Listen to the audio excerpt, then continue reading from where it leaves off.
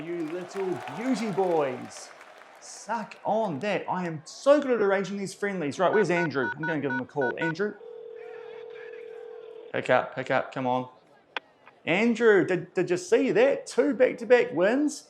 Unbelievable scenes. Tell you what, from now on, you just let me arrange the friendlies. I'm sure there's tons of teams now that want to play us, and we'll be all good going to the AFC Nations Cup. That's great, Shaun, but the next international window for us isn't until March. What do you mean we can't arrange a friendly till then? We've just found some form. Sorry, it's a FIFA thing. You know what? We'll be fine. Come March, we'll just bash those Oceania teams. It'll be fine. But I've got us back on track. It's okay. Good wins. You needed them. Right. See? I knew I was the man for the job. Awesome. See you later, Andrew. Bye, Shaun. I'm in it for life now, mate. Don't you worry. Oh, that's more like it. Winning. There's a party in the streets and the city's on fire. Hello everyone and welcome to episode 6 of the New Zealand Builder Nation here on Shaun Does FM with both AFC Auckland and the All Whites, and coming up today to big top of the table clashes at the halfway point of the A-League season. First up, we take on Marko The Snake Rudan and his Western Sydney Wanderers team at Mount Smart, and off the back of that, hopefully, still at that point, the only team so far this season to have beaten us here at AFC Auckland. We go over to the wider Sydney area to take on the Central Coast Mariners at what I think is the best ground in the A-League, as you'll see when we do our bus trip. So if you're looking forward to that coming up in today's episode, as well as a new signing and a recap of the past international window, then do remember to go down below, leave a thumbs up on the video, and if you haven't done so already and are enjoying the series here on the channel, also consider hitting that subscribe button and turning that notification bell on as well. It is greatly appreciated, but just played one game off the back of the end of last week when we took on both Sydney FC and the Wellington Phoenix in our first New Zealand derby with AFC Auckland. If you missed the episode, I'll leave a link to it over in the top right corner of both those games. Absolute thrillers. And as you can see there, top right corner, we picked up a very comfortable win against Ollie Sale and the Perth Glory. Unfortunately for Ollie, he had an absolute shocker in this game, a 5.9 to be fair. Most of the Perth players did not perform well. Gauvain Tormine picked up a hat-trick in this game, and also Gianni Bazoukas, he scored a goal off the back of some very good work from Cullen Elliott. So it does mean we've now gone something like 11 games in a row without being defeated here at AFC Auckland. There you can see the analysis and the match stats. It was a very dominant win, albeit Perth Glory did have the same amount of shots as us, but thankfully not nearly as many on target. But that was a comfortable win at Mount Smart Stadium, and it does mean in the A-League, on that run, we do still find ourselves in third on the table these days, above Sydney FC by 2 points, but just behind the Central Coast Mariners and Western Sydney Wanderers, the two teams that we take on today. If we can pick up some decent results in those games, we could go on top of the A-League, just past the halfway point of our first season of the save, and that would be doing a lot better than I thought at this early stage of the Builder Nation Challenge, at least in terms of the club team. But also, we have just had an international window, played 2 games off the back of that win over the Wellington Phoenix, and thankfully have finally picked up some decent results with the national team, seeing as I was the one who actually scheduled the friendlies this time around. Both of them were at home. First up, we took on El Salvador down in Dunedin. Started this game with the vertical tiki-taka 4-2-3-1. Unfortunately gave away a penalty in the first half, which rolled down. Did put away to El Salvador with a 1-0 lead, but then at half-time switched to the gegenpress that we used in the game against Syria. The first one of the save at the hour mark, Matty Garbett, he puts one away there through his head.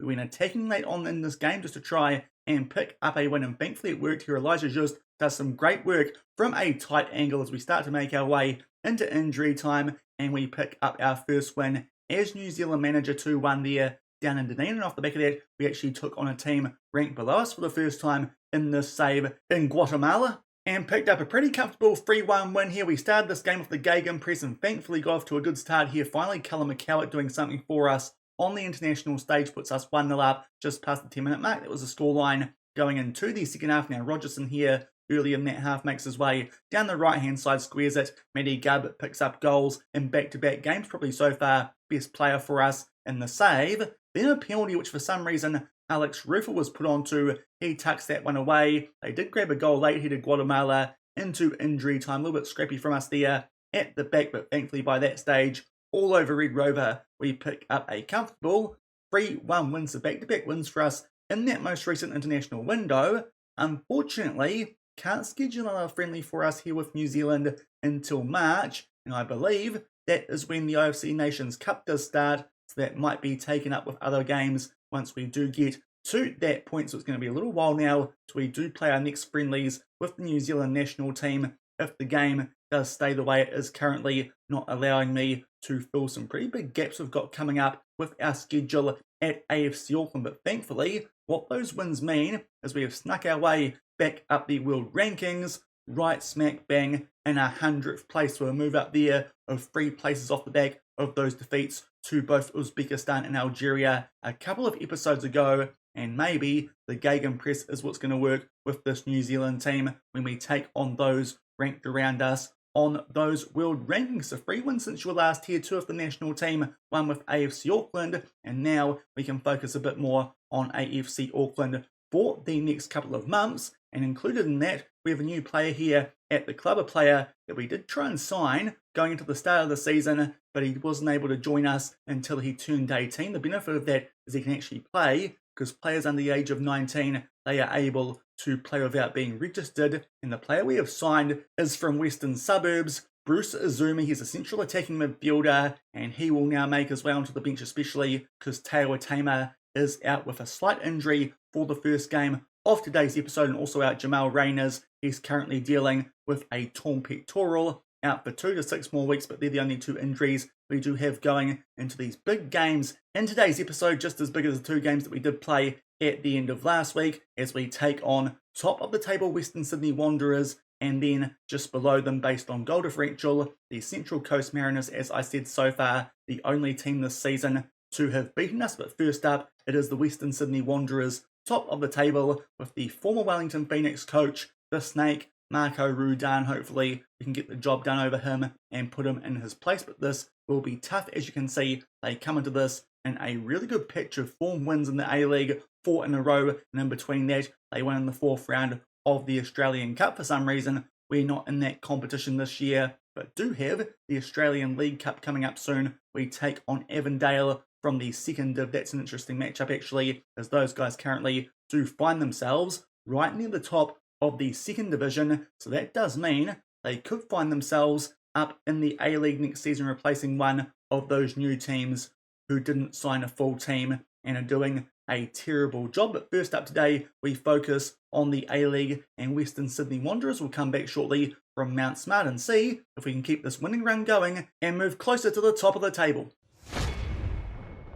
And here are the team sheets for this first game of today's episode. There you can see us coming to this one in a very good run of form, but because of that, not many changes to what we've been doing in our last couple of games. It's our best 11, but Bazookas up front with Jello coming back from a recent injury. Western Sydney Wanderers also in very good form, playing a quite defensive 5 at the back formation, but hopefully we can break it down and, as I said, make our way a bit closer to top spot in the A-League. And just past the 10-minute mark, we get the first highlight in this game. We're in our traditional home uniform, the white with the blue hoops. Western Sydney are in the white. I do think I may have stuff up there in the editor before we did start the save. Forgot to change the uniform to blue and white for home. As you can see down there, we're supposed to be in the black. To be fair, I say I forgot to do it.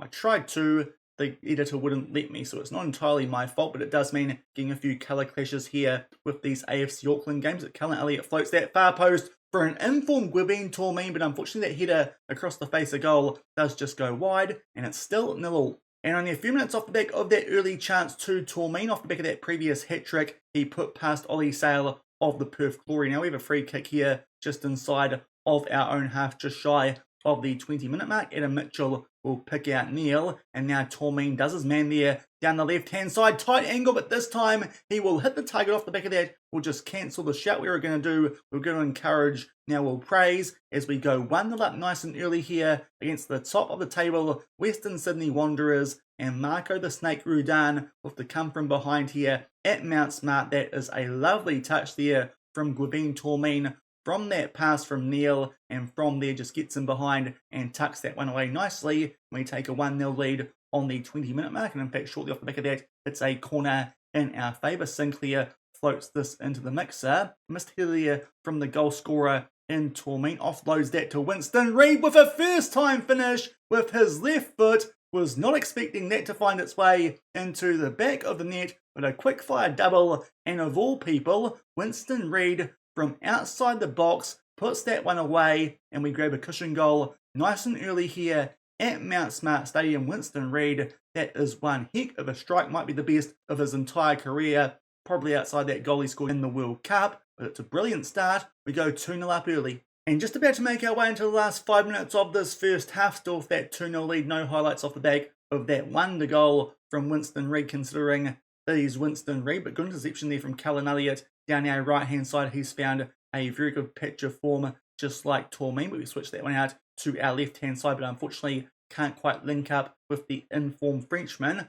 They pump that one deep there through Thomas to Western Sydney Wanderers. Now Elliott starts to make his way forward, cuts inside a little bit, and picks out Stefan Malk, who's in behind. Big chance there, tries to put that top left corner. Unfortunately, just goes over the bar, but so far, this has been a very good first half from us. Hopefully, can grab one more goal and put this game to bed, and that will give us a ton of confidence going to that second game against the Central Coast Mariners. So far, looking like they might be the only team to beat us in the first half of this A-League season. Winston Reid on the ball off the back of that nice goal early. Now Oxborough will pick out Neil. Now Tormeen going backwards finds Neil again. Nice pass there again. Looking for Malk. Good chance there, but this time Thomas will tip that one over the bar. We'll just adjust the glasses because they're starting to fall off.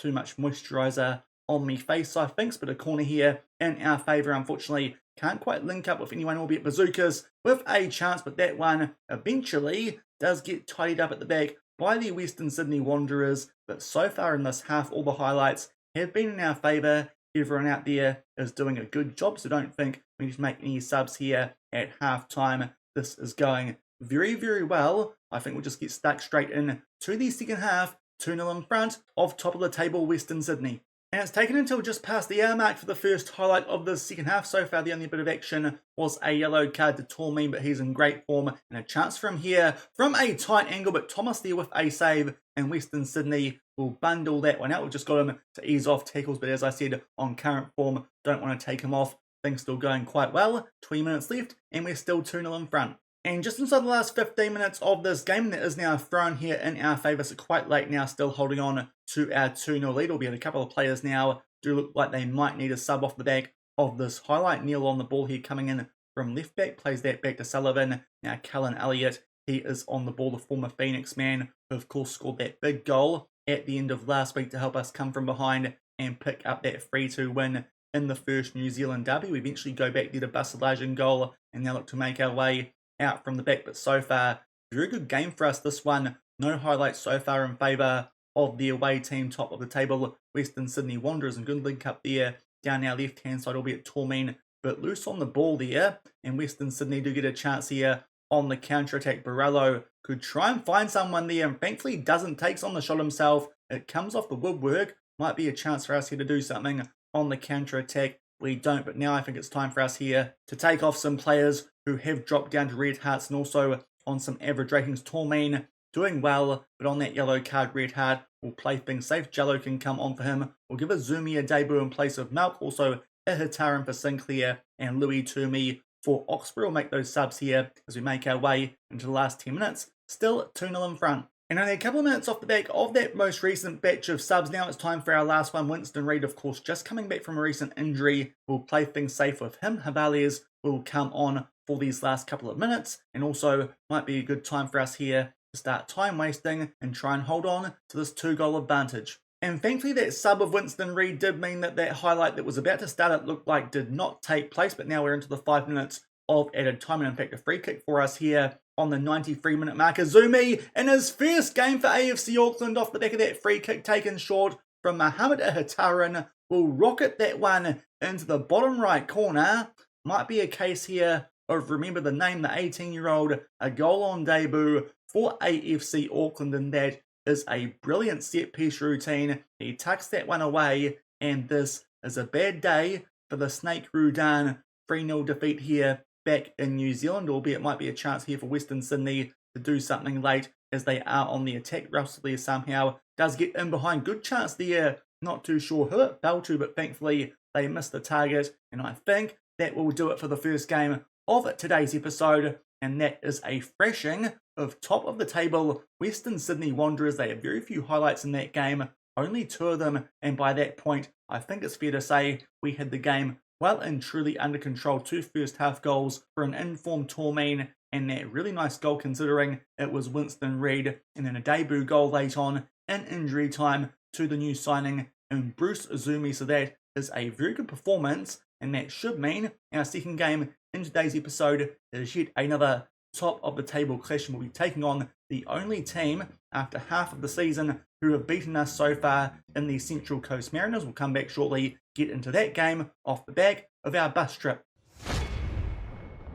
So a very nice win for us there first up in today's episode. It makes it now 12 games without defeat here at AFC Auckland, and hopefully that can continue, albeit this is the one team who did beat us in the first half of the season. It was our second game of the save with this AFC Auckland team. We were defeated 2-1 at Mount Smart, but to be fair, our dynamics since then have improved a little bit, at least in terms of team cohesion. So hopefully we might be able to put out a slightly better performance and might be able to make our way on top of the A-League. As you can see, it is still a first versus third clash, but these days Central Coast on top. But if we win this one, we'll go above both Western Sydney, who have played the extra game, and also Central Coast, as our goal differential will be a little bit better, and we might have a sneaky chance here of picking up the A-League title in our first season of the save. But it won't be easy against the defending champions, as I said, the one team who have beaten us so far this season. If you're wondering, Melbourne City says they're the holders. They won the regular season last year in real life.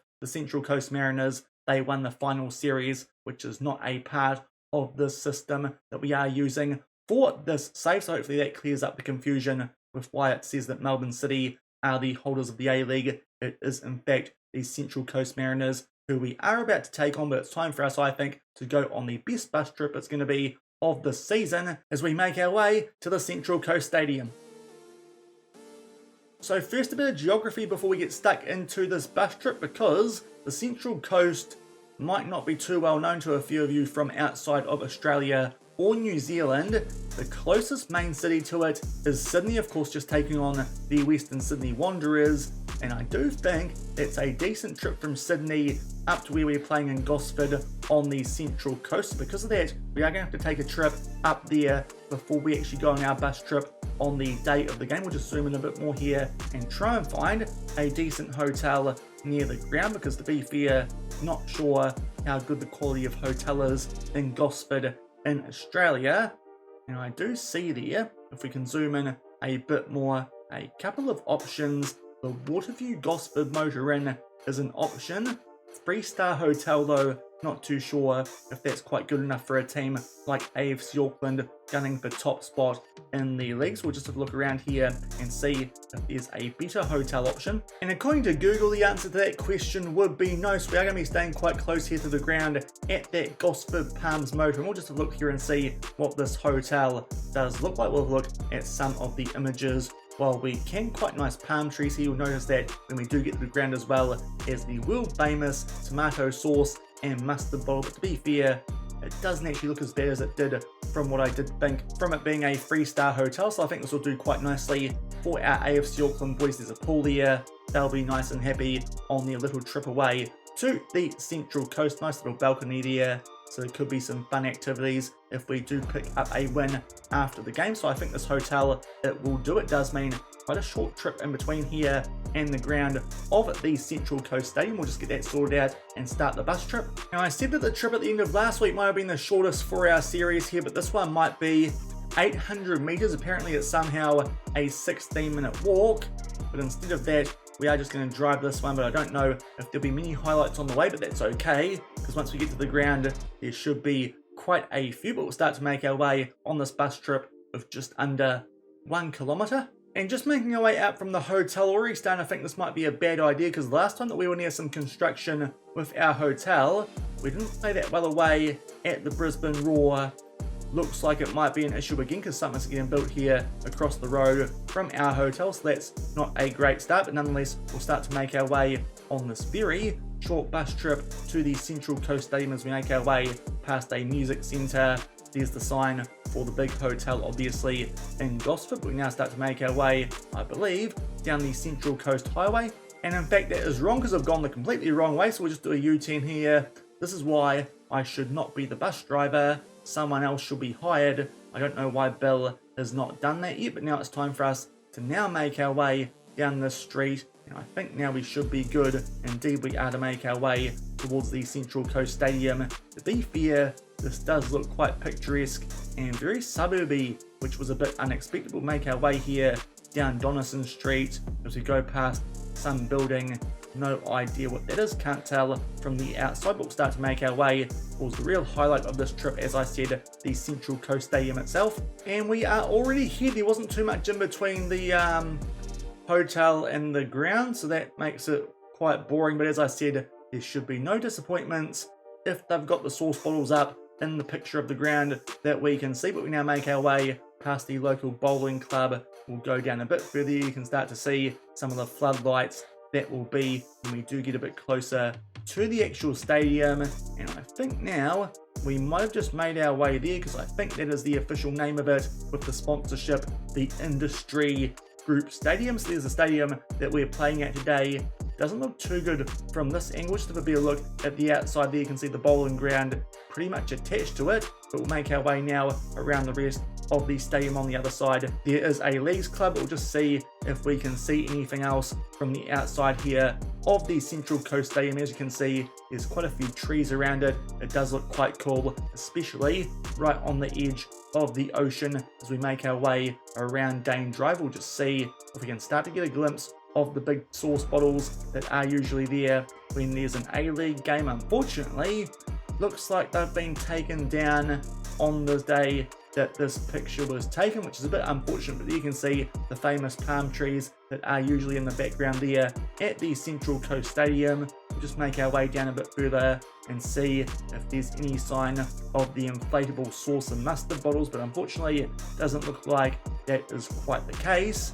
So we might have to make our way into the inside of the stadium, but as you can see, there's a pretty good backdrop to the stadium. It's just a bit of a shame there's no sauce bottles yet, but thankfully we've actually found a 360 view here on Google that is of the Central Coast Stadium, and it is in football mode. There's not a lot of pictures like that of some of these grounds around Australia in that state, considering they're multi-use ones, but you can see Central Coast, they've got the jumper up ready to support their team. It's in proper football mode. That is the non-ocean area. There you can see the balls are out for the pre-match, which is nice. They're all set up here for us to get stuck into our work and get ready to pump the home team.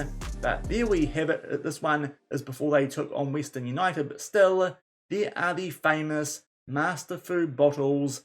They are wonderful. They are just so weird. Of course, Central Coast, I say weird, they were sponsored by Master Foods for quite a while, so that's the reason there's a lot of sauce bottles there at the stadium, but still, that is a very interesting backdrop. We'll just see if we can zoom in a bit more on those. I don't know if we can. Is there a way that we can try and get this a bit bigger and focus a bit more on the sauce bottles? Not really. It's starting to get a bit bigger, but still, that's probably about as much as we can do, especially because old poor Peter Graff's name is now plastered all over this YouTube video, but still, you can kind of see why this is a bit of a cult icon in the A-League in terms of these stadiums at least. Got a brilliant backdrop and the sauce balls, and hopefully we can source Central Coast and go top of the A-League. And here are the team sheets for this big second match of today's episode. We look for revenge against the Central Coast Mariners, and they are going with a 4-3-3. They, just like Western Sydney, come to this one in brilliant form, as do we. Expectedly, no changes for us, at least in terms of the starting lineup off the back of that 3-0 demolition of the Western Sydney Wanderers, and hopefully we can pick up a win, and as I said, go top of the league. And a very early highlight in this game is we try and do something there in our midfield, but unfortunately can't quite link up with Sinclair and Central Coast. They are on the ball, thankfully one of the few teams who actually don't have a colour clash with us, but big chance there for Kuol early. Thankfully, that's a massive save from Basilage. It might actually be a chance for us to do something here down the other end, as Sinclair this time is on the ball, but unfortunately gives that one to Paul. We'll see if this highlight continues. It does, and Central Coast back on the counter-attack. Wenzel Halls, he's looking threatening early. Can he find Call again this time? He'll find Ballard, I think that is.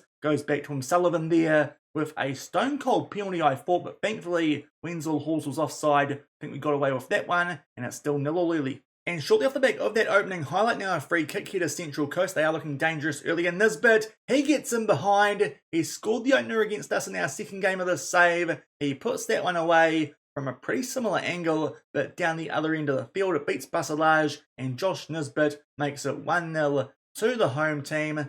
And we need to stop staying at places that are so close to construction sites, because this exact same thing happened to us against the Brisbane Roar. We did not play that well, but thankfully came away with something, albeit now down the other end for a corner. Mitchell there back to the 4-man. Tormeen squares it for Nick Sullivan, who probably was lucky earlier not to give away a penalty. He'll pick up his first goal of the season off the back with a clever ball that from Tormeen. Did think he should have taken on the shot, but thankfully picked out Sullivan, who was able to slot that away from a tight angle, despite the fact he was actually being quite tightly marked there on that left-hand side, but thankfully not behind for long in this one. 1-1, just shy of the 15-minute mark. And just about to make our way now to half-time in this game, so quite a first half, at least in terms of highlights off the back of that quick-fire double through Nisbet and then through Sullivan. Tormeen continuing his good form, albeit at the back. A couple of players who I'm a little bit worried about. Michael Neal on a 6.4 at left back, and also Adam Mitchell on a yellow card. So I think we might actually make some changes here off the back of a pretty even first half. As you can tell from the stats, they are very, very even, and the scoreline does reflect that, being locked up at 1-1. So I think I'm going to make some changes here in defence. Hopefully don't regret that. But first up, Stephen Havaliers, he can come on for Mitchell, and also Nathan Lobo for Michael Neal. So a couple of changes at the back here at half-time, but hopefully we can just find an edge in the second half. To be fair, a draw would not be a bad result, but hopefully continue our winning run and go on top of the A-League above the Central Coast Mariners. And now coming up to the hour mark in this game, and I think it's time for us to make a few more subs here. Jack Henry Sinclair at right wing, only going fairly, and Mohamed Ahataran hasn't had a game for us in a little while. We'll definitely get some game time when we take on Avondale in the League Cup coming up, but I think he could be a difference maker in the last half hour of this game. That's our third sub, still 1-1 with a half hour left. And in fact, pretty shortly off the back of that substitution, it is here the Central Coast who do get on the attack. Kuol there does quite well to keep that ball. Good slide tackle that from Winston Reid, but unfortunately can't actually win possession. And Kuol does quite well to keep the ball here for the Central Coast. And now, nice ball over the top here. Somehow Marko Tulio gets in behind, completely unmarked. Nathan Lobo should be tightly marking him. That's not great there from one of our substitutes. Squares it nicely. It gets tucked away. I think that was from Kuol. I'm not too sure. But nonetheless, that is a goal. They make it 2-1. I lost track of that off the back of that poor read on Marko Tulio, just in behind Lobo there. And he does square it for Kuol, who picks up a goal. Nothing Basilage can do about that one. And with about 20 minutes left, we do go 2-1 down. I think now we might also make another substitution. Stefan Malk in the cam role going fairly. We'll see if Bruce Azumi can make it 2 goals in 2 games and help us grab an equaliser off the back of us going 2-1 down. And in fact, very shortly off the back of that substitution, Azumi coming on for Malk now. Tormeen is on a red heart, playing well, but we want to play things safe. Want to make sure he doesn't get injured. Our last sub, Hassan Jallo on for him. The Jallo shot off the back of us going 2-1 down. And in fact, shortly off the back of that sub, there is a highlight starting here. And Mohamed Ahataran is on the ball. Does quite well to keep that despite the challenge